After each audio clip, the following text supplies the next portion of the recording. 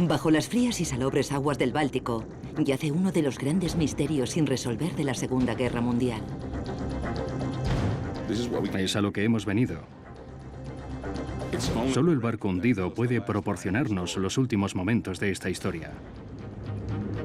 Nadie sabía que existía. Podía ver el submarino alemán tumbado sobre un costado y lo miraba como... Vaya. Esperando obtener la victoria mientras se debilitaban rápidamente, los nazis estaban desesperados por cambiar el curso de la guerra. Sus últimos esfuerzos por conseguirlo pueden yacer hoy en el fondo del mar Báltico. Estos hombres no sabían con qué les habían dado.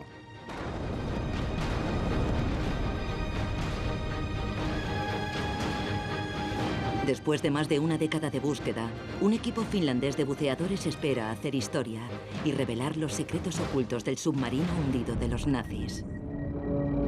El submarino hundido de los nazis.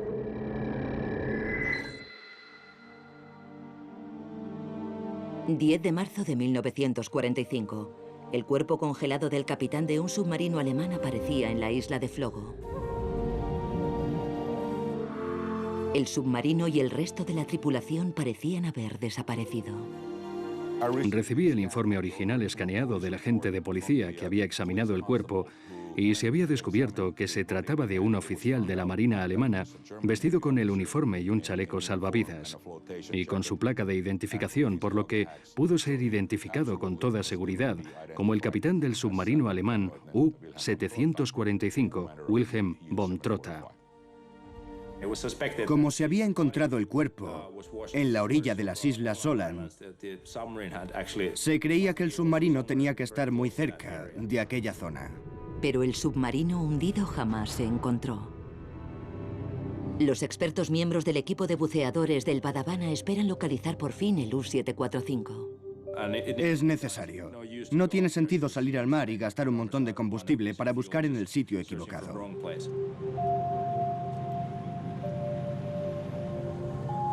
Creen que si se busca un submarino alemán, se debe mirar primero en la zona donde se encontraban los campos de minas.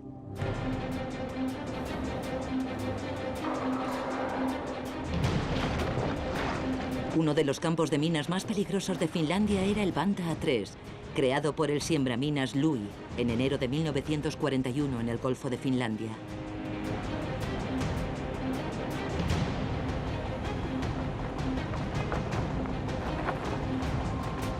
El Louis se encontraba en el campo de minas y sus hombres se encontraban a bordo llevando a cabo la operación. Todos eran novatos, ninguno de ellos había trabajado en un campo de minas antes. Después estaban los oficiales que les decían, vale, haz esto y no pienses, no hagas nada más, solo esto. Y luego había alguien con un cronómetro diciendo, ahora es el momento, ahora es el momento.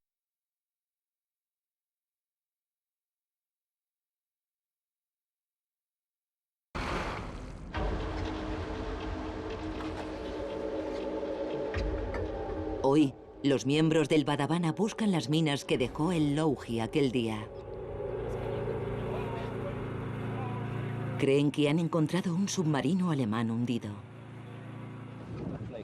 En un acto de fe, descienden hasta el fondo del mar. Y esperan que este sea el U-745, el submarino perdido del capitán Wilhelm von Trotha.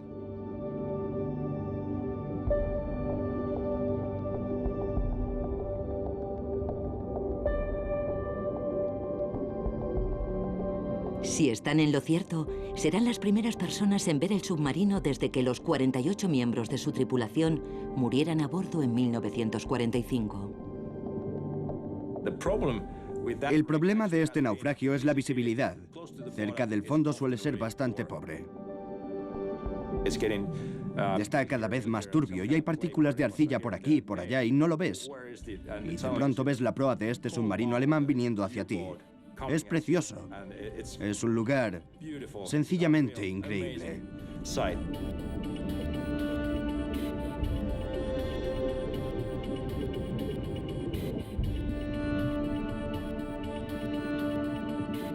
Este es el estandarte dorado de los naufragios de la Segunda Guerra Mundial.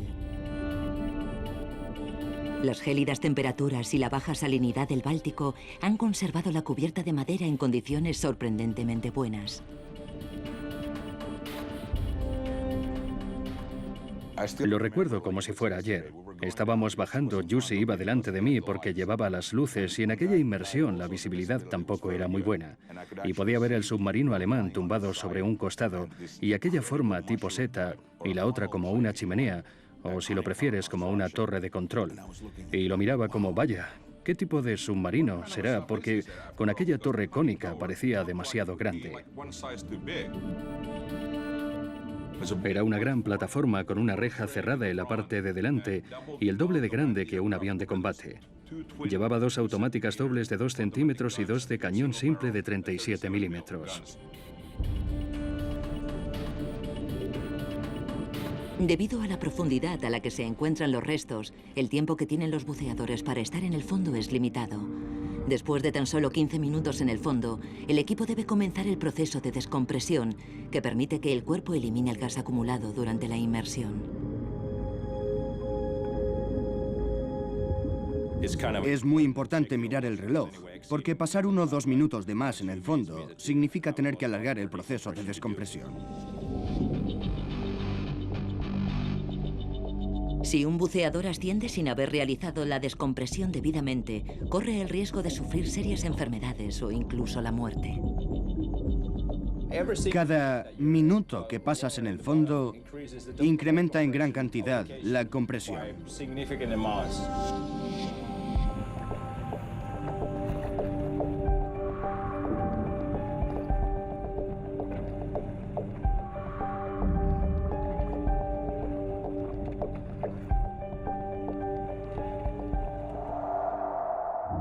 Lo primero que me vino a la cabeza es que ya había visto esa línea pintada en el diseño de uno de los libros.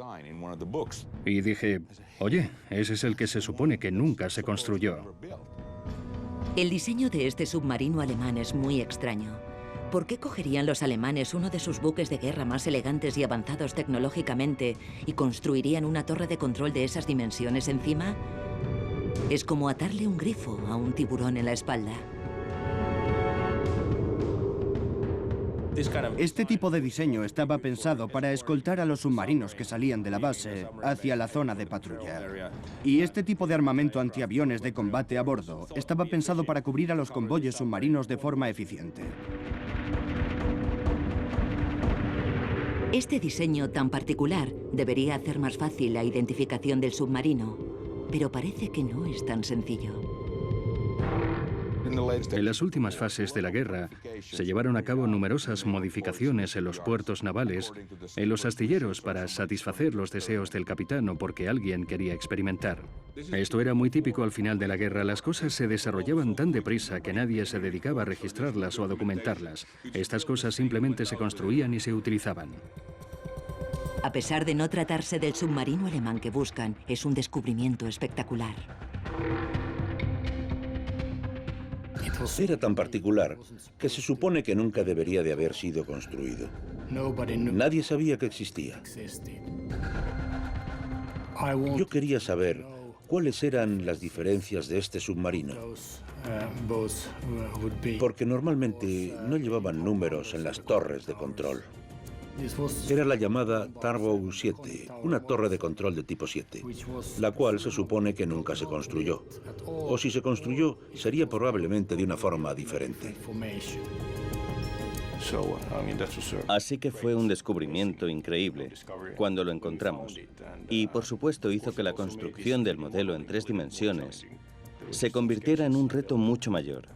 Solo había unos pocos bocetos disponibles. Es el único submarino conocido con este tipo de torre, que tiene esta estructura en forma de bañera alrededor de la torre normal. Y encima de esta, tiene 4 armas antiaéreas. Todo el buque parecía una especie de prototipo, y en muchos libros y referencias pone que nunca llegó a utilizarse. Pero obviamente, si hay uno en el Golfo de Finlandia, es que se usó. De esta inmersión, los buceadores deducen que el submarino es una variación del de tipo 7. Pero no se han encontrado documentos oficiales en Alemania que lo identifiquen. De hecho, encontramos un documento, una anotación en un cuaderno de bitácora, en el que había dibujos de este tipo de torre de control, y aparecía el número U676. El boceto encontrado en el libro de visitas de un submarino y firmado por la tripulación confirma que se trata del submarino U-676. La localización del submarino U-745 sigue siendo un misterio. En 1940, los submarinos alemanes llevaron a cabo la aniquiladora batalla del Atlántico que sumió en el caos a un enemigo que no estaba preparado para esta nueva amenaza. En solo 7 meses, los submarinos alemanes, atacando como una manada de lobos, hundieron cientos de barcos que transportaban provisiones de vital importancia para Gran Bretaña. Fueron tan efectivas que Winston Churchill declaró a las fuerzas aliadas que los submarinos del tipo U eran la mayor amenaza enemiga. Si te fijas en los submarinos de la Marina de Guerra alemana, ya contaban entonces con una tecnología muy avanzada. Tenían dispositivos de orientación generales, distintos equipos de radio para comunicarse con las distintas bases. Tenían sistemas armamentísticos como torpedos eléctricos, torpedos con buscador acústico y cosas así. El Tratado de Versalles prohibió a los alemanes la posesión de submarinos, pero eso no impidió que los desarrollaran en secreto. Durante los años 20 y los años 30, los alemanes desarrollaron y probaron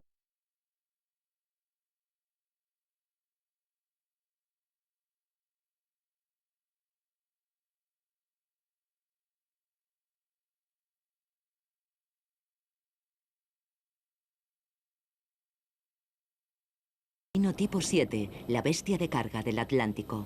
Alrededor de 700 submarinos de este tipo se pusieron en marcha. La zona sur del Báltico se convirtió en zona de entrenamiento para los capitanes que se dirigirían después al Atlántico. Así que primero se metían en la bañera para entrenar un poco y después en el mar de verdad. Exacto. Ensayaban allí primero con sus barcos y después ya iban a lo serio. Los submarinos alemanes se construían en Bremen y después navegaban por el Báltico durante unos cuantos meses. La idea era entrenar a los 44 hombres de la tripulación para trabajar en equipo antes de enviarlos al Atlántico. Pero no todos los submarinos se enviaban para luchar contra los británicos y los americanos. Algunos submarinos alemanes se quedaban en el Báltico para luchar contra los rusos. Para Alemania era muy importante mantener el mar Báltico libre de enemigos. El Golfo de Finlandia era la única ruta marítima para llegar hasta San Petersburgo, por lo que era la clave estratégica de Rusia para ganar. Además, durante la Segunda Guerra Mundial, era esencial para los rusos poner en marcha su flota en el Báltico desde San Petersburgo. El mar Báltico era importante para los alemanes por varias razones. Una era el mineral de hierro que extraían de Suecia. Era importante e imprescindible para la maquinaria de guerra.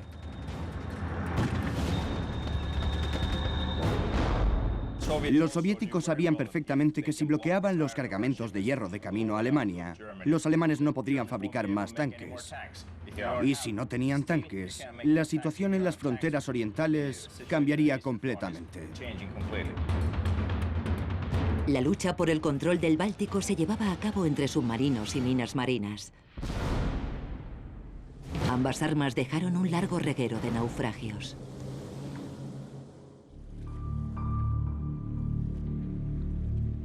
Si hablamos de submarinos, la base de esta rama del servicio militar es el sigilo.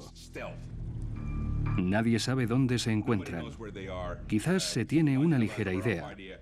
La única forma que hay de saber que alguno se ha perdido es cuando han pasado unos cuantos días y no ha enviado ningún informe a la base ni vuelve a aparecer. El mar Báltico es poco profundo y las mareas son poco pronunciadas, por lo que es el escenario ideal para el uso de minas marinas. La utilización de estos rudimentarios dispositivos alcanzó su auge en la Segunda Guerra Mundial, cuando más de 200.000 fueron utilizadas como arma defensiva. Una mina marina es un arma relativamente barata y por eso se colocaron unas 60.000 en el Golfo de Finlandia. Existen al menos 46 tipos de minas diferentes y hasta 10 tipos de mecanismos diferentes para activarlas. Los finlandeses utilizaban minas, los alemanes colocaban minas aquí, los rusos colocaban minas aquí. Porque la profundidad del agua es de 100 metros como máximo, y eso es muy favorable. Aquí tenemos un corte de una mina marina por el que vemos su mecanismo interno. ¿Cómo funciona? Básicamente tenemos este tirador. Es un tirador de plomo con amplificador de cristal que se llena de ácido y cuando un submarino o lo que sea choca contra la parte de plomo, el amplificador se rompe y empuja 2 electrodos de metal que hay aquí dentro, al fondo de esta cavidad, y es lo que produce la energía. Y luego tenemos 250 kilos de TNT.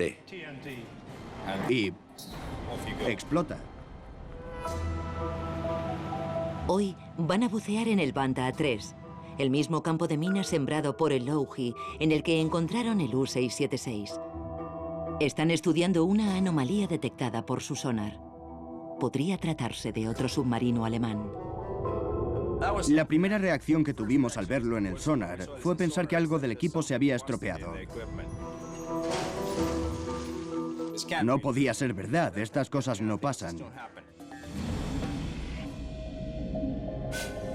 Lo primero que pensamos fue, vale, es un acantilado, que es como una protuberancia desde el fondo del mar.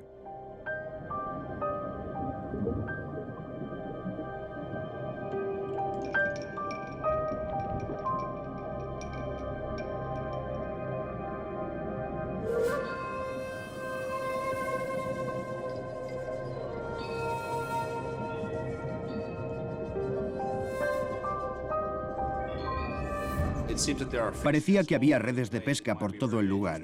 Podía ser peligroso estar en esa zona.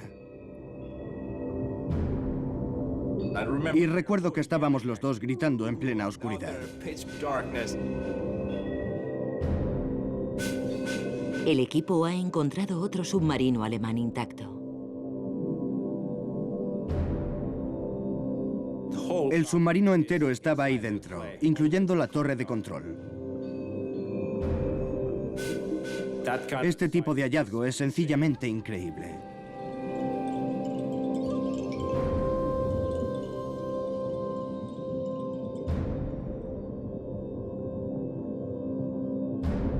Alrededor de 27.000 hombres perdieron sus vidas en los submarinos alemanes durante el conflicto bélico. Fue la mayor tasa de mortalidad de todas las fuerzas armadas alemanas.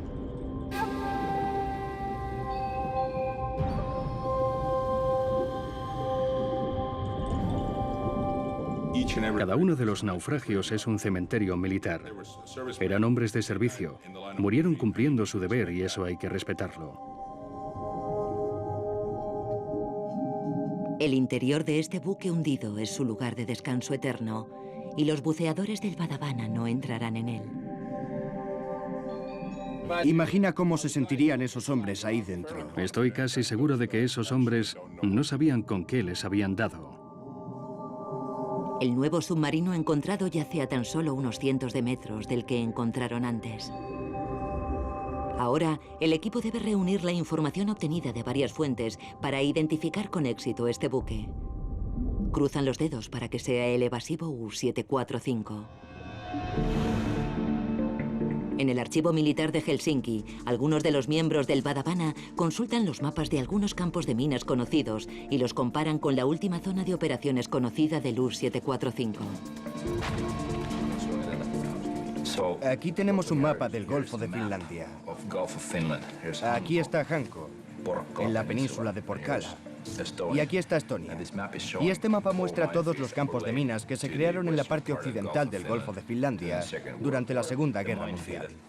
El campo de minas del Loughi fue creado el 12 de enero de 1945, aquí en mitad de la desembocadura del Golfo de Finlandia. Y aquí es donde se encuentran los naufragios de los submarinos alemanes. Es como un ejemplo de libro, la forma en que los buques se hundían donde estaban las minas. Sabemos que las minas se encontraban a una profundidad de unos 2,5 metros. Creemos que la explosión tuvo lugar en esta zona del compartimento del torpedo frontal y debieron sufrir también las explosiones secundarias de los torpedos. Después de eso, tendrían solo unos segundos para reaccionar antes de que el buque se hundiera. Es increíble. Es como un edificio de 25 pisos de largo. Y la mitad está enterrado en el barro. Es sencillamente increíble.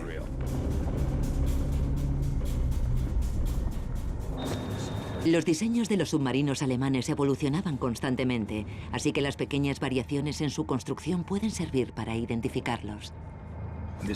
Estos agujeros de fuga de agua pueden ayudarnos a identificar los buques la forma, los números de los agujeros de fuga en la sección de proa. También los que hay desde la popa hasta la proa. En este caso estaban enterrados en el barro, así que no pudimos verlos.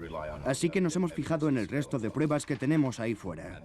Y esta es la zona en la que se supone que otro submarino debía cruzarse con el U-745. Estuvieron buscando en esta zona, pero nunca lo encontraron. Este es el primer indicio para el equipo de que este puede ser el submarino U-745. Mientras tanto, Harry, el investigador principal del equipo, ha encontrado una foto del U-745 en el que parece tener una placa o caja metálica identificativa en la torre de control. Tendrán que bucear una vez más hasta el naufragio para ver si pueden identificar esa caja, para demostrar que este es el U-745.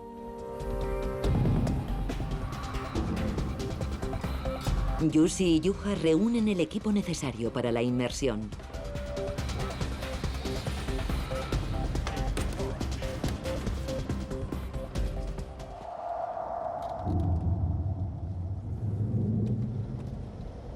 Es un viaje de 2 horas hasta Hanko, donde se encontrarán con el equipo de buceo y el barco.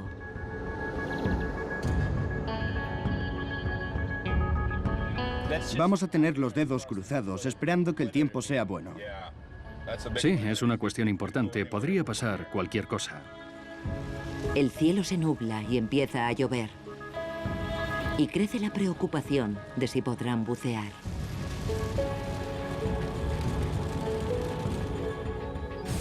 Aunque no está lloviendo cerca del puerto de Hanko, donde se reúnen los demás miembros del equipo, no significa que el cielo esté claro en el Golfo, donde se encuentra el buque hundido. Es muy diferente el tiempo en mitad del Golfo del que hay aquí, en la costa. Jouni, que ha estudiado meteorología, analiza los mapas del área local en alta resolución y observa los datos sobre el viento cortante, que no suelen estar disponibles para el público general. Cuando vamos a bucear no es suficiente con que haga buen tiempo. Tiene que hacer buen tiempo 2 horas después de empezar, cuando recogemos a los buceadores. Ese es el momento más crítico. Y también necesitamos que haya buena visibilidad en la superficie por el tráfico marítimo. Tenemos que esperar con el barco y la tripulación en la base, y si el tiempo mejora, estaremos listos para salir. Lo único que podemos hacer es salir a echar un vistazo.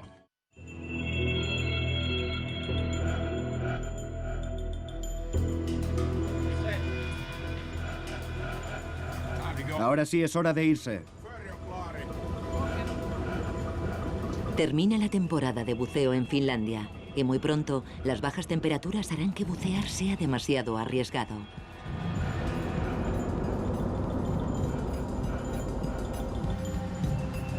Es su última oportunidad para bucear hasta el naufragio y la estación está a punto de terminar, así que el equipo decide dirigirse hacia el lugar donde está el buque, esperando que el tiempo les dé tregua.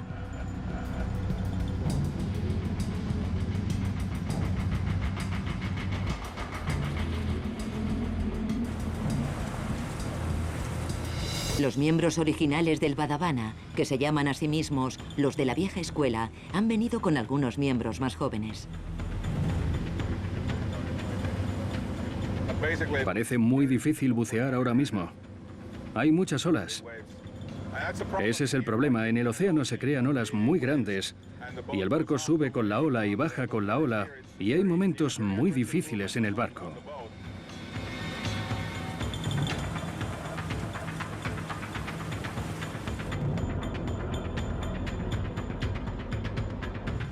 En el lugar de buceo les espera más aún.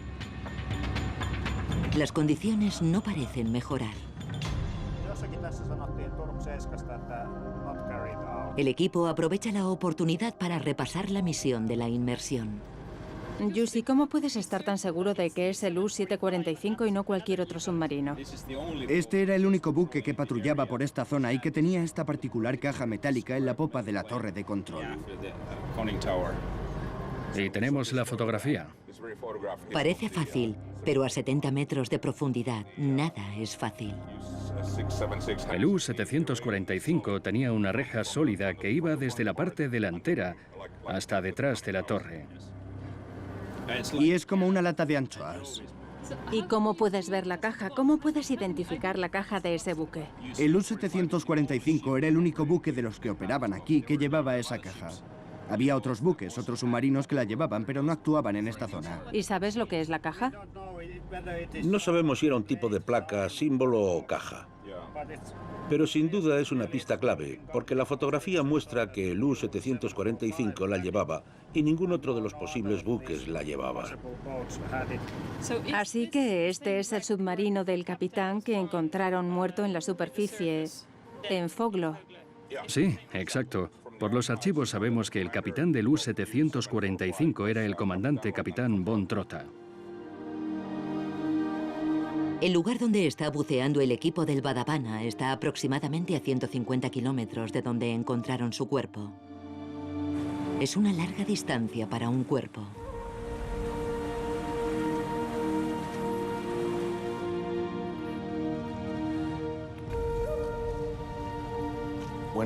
Cuando investigamos más detenidamente este asunto, descubrimos que en realidad hubo muchos cuerpos de marines que habían naufragado aún más lejos, hacia la parte oriental del Golfo de Finlandia, que incluso llegaron hasta las islas Åland.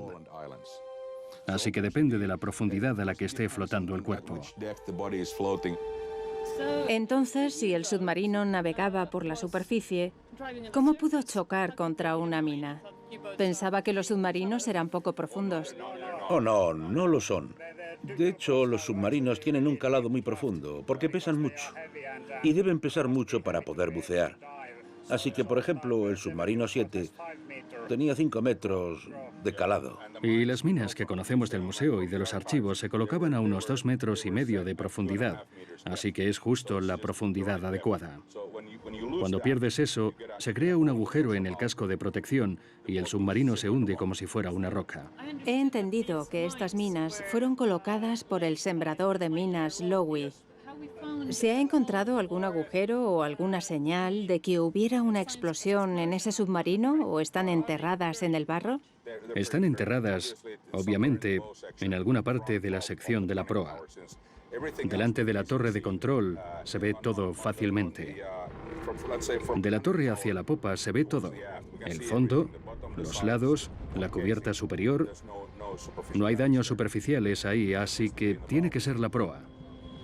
Y esto sostiene la idea de que a estos buques les pesaba mucho la parte delantera y se hundían rápidamente. Es como arcilla glacial. Tiene las mismas propiedades. Es gracioso, si recibe un impacto, se licúa durante un tiempo y si se hace en el momento preciso, se puede empujar el objeto más y más. Y al parar, vuelve a solidificarse. Y por eso se queda así, de pie.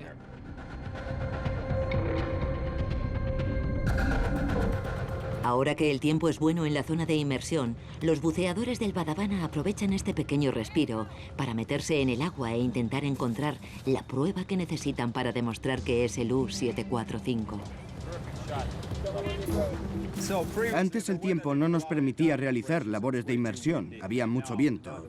Y ahora el viento se ha calmado de forma significativa, como hasta 4 o 5 metros por segundo. Y parece que por fin podremos bajar y ver qué encontramos.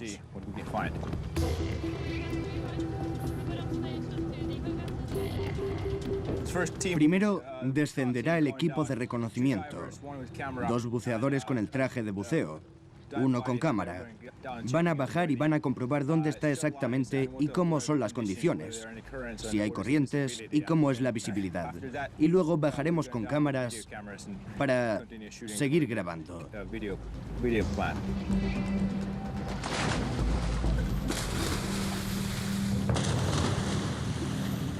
Es muy importante que baje este equipo primero, porque la seguridad de los demás buceadores depende en gran medida de estos chicos, de lo que encuentren.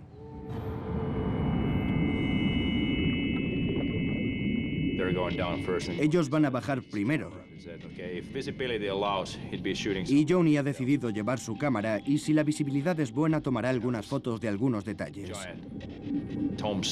Tenemos esta tumba gigante emergiendo del barro.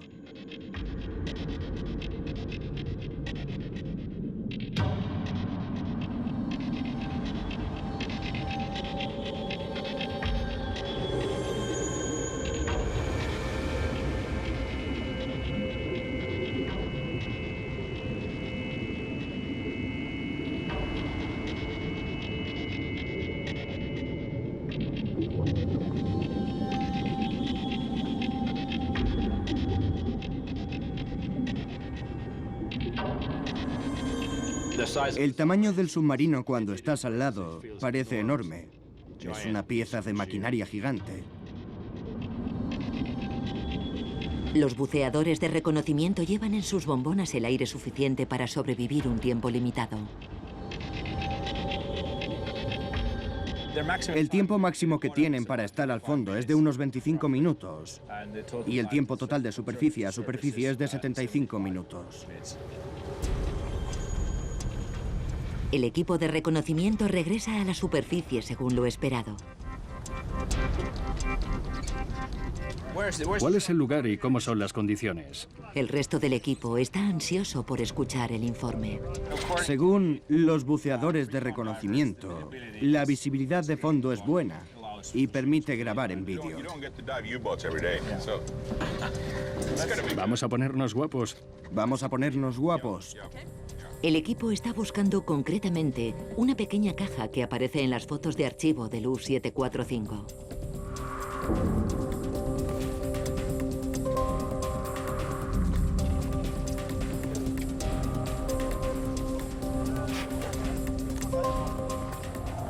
Gracias al equipo de reconocimiento sabemos que la visibilidad es bastante buena, así que estamos deseando grabar unas buenas tomas esta vez y obtener todos los detalles y estar seguros por fin de qué submarino es. El 745, si conseguimos buenas tomas de la parte integrante trasera de torre de control.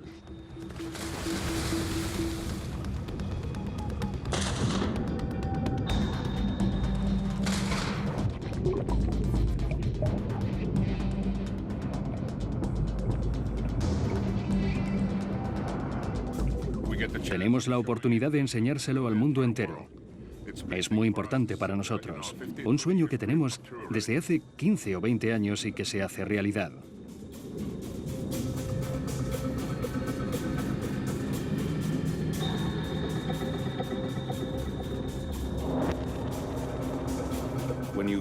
Si vas un poco más allá del extremo de la popa, desde los timones, se puede ver la gran cantidad de redes que hay, que en realidad forman una única red de arrastre. En realidad, es una red enorme que arrastra un barco por detrás. De hecho, es tan grande que si la extiendes en el agua, podría cubrir un edificio de 4 pisos. Esa red se ha enganchado en el submarino y es muy peligroso. Si intentaras meterte debajo o acercarte a la plataforma del submarino, quedarías atrapado en ella.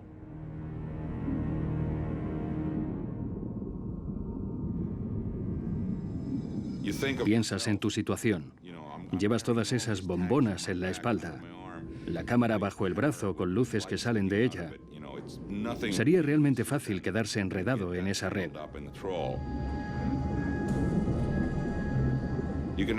Vimos que había 2 focas muertas en la red, así que tú con todas las bombonas y válvulas eres una cosa muy torpe bajo el agua.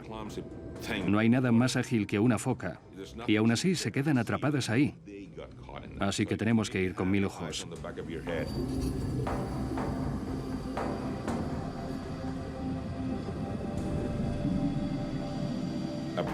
Al acercarnos a la torre de control surgió el problema de la resuspensión de sedimentos. Esa niebla lechosa que hay a medio metro o a unos metros del suelo. Esto era 1,5 metros y era como si el submarino desapareciera entre la niebla. Y el problema es que tiene un color muy claro y refleja todas las luces. Dificulta mucho la grabación.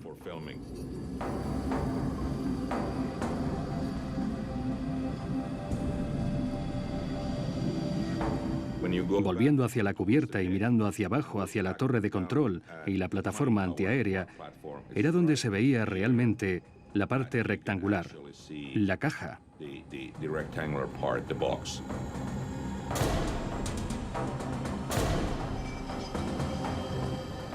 Es a lo que habíamos ido. Es uno de esos momentos en los que quieres gritar en el agua, pero no puedes hacerlo porque te entraría agua en la boca.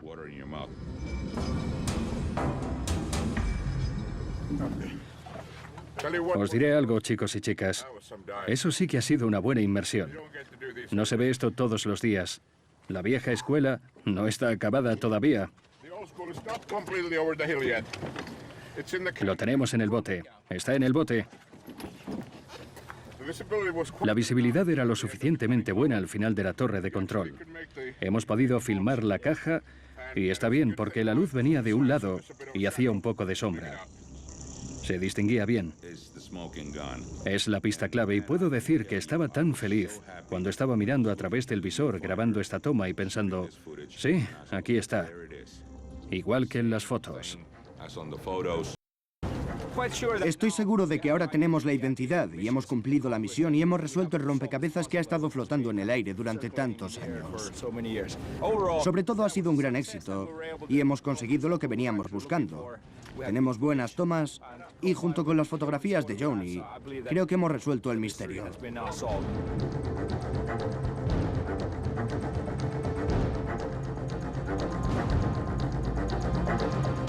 Aquí tenemos el U-745 justo debajo de nosotros. El equipo cree haber identificado correctamente 2 submarinos nazis en el último campo de minas sembrado por el Louhi. Un barco que muchos creen que fue hundido por una mina finlandesa, o quizás incluso por una de sus propias minas. Hemos estado buceando por estos submarinos y sabemos que muchos se hundieron porque chocaron contra minas sembradas por el Louhi. Y es esencial para conocer la historia completa saber dónde se encuentra el Louhi. El Louhi fue uno de los primeros barcos de la Marina finlandesa y hacia 1945 ya mostraba signos de vejez. Era un barco viejo, un diseño antiguo. Tenía fugas y navegaba mal si había mal tiempo. No tenía mucha navegabilidad. El 12 de enero de 1945, el Louhi completó su misión minera y regresaba a Hanko. Y de pronto hubo una explosión bajo la quilla del Louhi, en algún lugar a la izquierda de la popa. Mucha gente oyó un ruido extraño y después hubo una gran explosión en la popa. Lo más seguro es que fuera una mina. Cuando era un buceador más joven, la gente, por supuesto, hablaba mucho del Louhi, que fue el último barco que perdió la Marina finlandesa en la guerra. Creo que es una cuestión de orgullo y de que nos sentimos muy mal al pensar que el Louhi realmente se hundió por culpa de una de nuestras propias minas. Es un asunto bastante embarazoso. Hay muchas historias aquí y allá, pero realmente nadie ha recolectado toda la información y ha estado en el lugar del naufragio y ha investigado el lugar para ver cuál pudo ser la causa más probable de su hundimiento. Los miembros del Badavana se preparan para encontrar el yacimiento del Louhi. Después de todo, se trata de parte de su herencia. El Louhi es un naufragio interesante, porque la localización del Louhi ha estado marcada en las cartas de navegación durante años, pero no hay ningún buque hundido en ese punto. Toda esta historia es tan extraordinaria que dijimos, vale, tenemos que resolver el misterio. Así que solicitamos un permiso para realizar una investigación de fondo en el lugar donde pensamos que pudo haberse hundido el Louhi. Lo que vamos a hacer aquí es bucear hasta un naufragio que superficialmente podría parecer insignificante, pero que en realidad es el héroe en la sombra de los submarinos de guerra del mar Báltico. Utilizando un sonar escáner, buscan meticulosamente la ruta del Louhi desde el campo de minas hacia atrás hasta el puerto de Hanko. Algo ha aparecido en el sonar.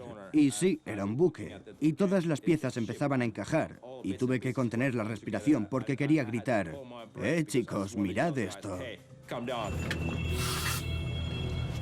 Tras una llamada al ejército de la Marina, obtuvieron el permiso para la inmersión exploratoria.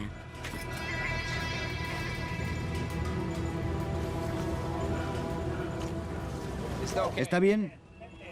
Vale, allá voy.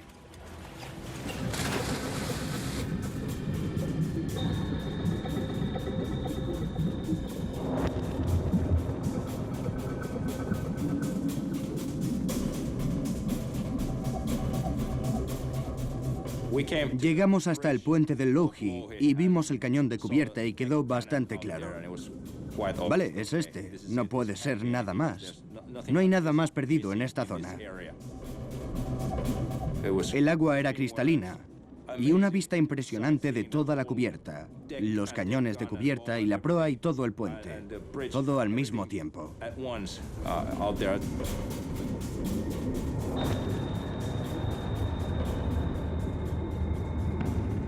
Nadamos alrededor del buque y vimos la proa. Y había equipamiento de dragaminas. Y todo era tal y como esperábamos. Nos dimos cuenta de que la popa estaba muy dañada. La cubierta había explotado en esa parte. Faltaban muchas piezas de metal y otros detalles. Tuvo que ser una explosión enorme bajo la quilla para que perdiera los pilares de cubierta. De hecho, es mucho más probable que fuera un torpedo. Tuvo que ser un torpedo que explotó muy cerca del casco del Loughy, como a 7 metros hacia el frente desde las hélices, donde está la sala de máquinas y donde se produce un sonido más fuerte. Ese es el punto de impacto. Hay más pruebas que sostienen su teoría. Durante la investigación, el equipo acudió a los registros de comunicación alemanes.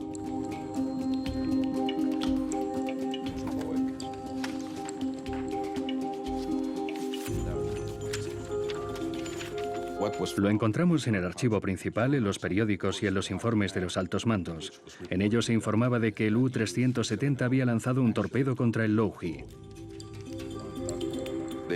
Lanzaron un torpedo contra un barco siembraminas finlandés a las 11:47. El diario de a bordo del Loughy, los supervivientes, contaban que había habido una explosión a las 12:50, así que hay una hora de diferencia, pero hay que tener en cuenta que, por supuesto, los alemanes usaban el horario alemán en sus diarios de a bordo. Alemania está más al oeste, así que hay una hora de diferencia respecto a Finlandia. Y eso explica la diferencia. Así que son como 3 minutos, que es de hecho el tiempo de lanzamiento de un torpedo. La nueva información del Badawana parece corregir lo que se pensaba hasta entonces. El Loughy no se hundió por el impacto de una mina finlandesa, sino por el de un torpedo alemán. Y las minas que sembró aquel día fueron las responsables del hundimiento de 2 de los submarinos alemanes más importantes. Nada más lejos de la vergüenza. Al final es la historia de un barco viejo, técnicamente obsoleto pero todavía útil, que fue el primer barco de la Marina finlandesa independiente. Un barco viejo que fue atacado por un torpedo acústico, una de las principales piezas armamentísticas, lanzado por un submarino alemán, a su vez otra de las principales piezas de maquinaria bélica. Así que era una batalla entre el viejo barco y el lobo gris. A pesar de que se hundiera, el Loughy fue capaz de hundir 2 submarinos alemanes y la operación fue un éxito.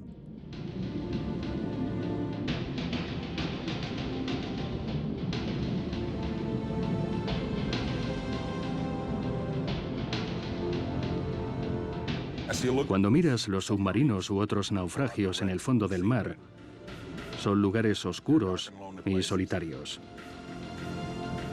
Ya no hay hombres buenos y hombres malos. Son hombres jóvenes que dedicaron su vida a servir al país y murieron en el intento. Así que es una forma de contar la verdad y de contar su historia al mundo entero. Solo el barco hundido puede proporcionarnos los últimos momentos de esta historia y terminar con aquella guerra. Ahora sabemos dónde están vuestros hombres enterrados. Están ahí. Pueden mostrar sus respetos y podemos ponerle punto y final a la historia.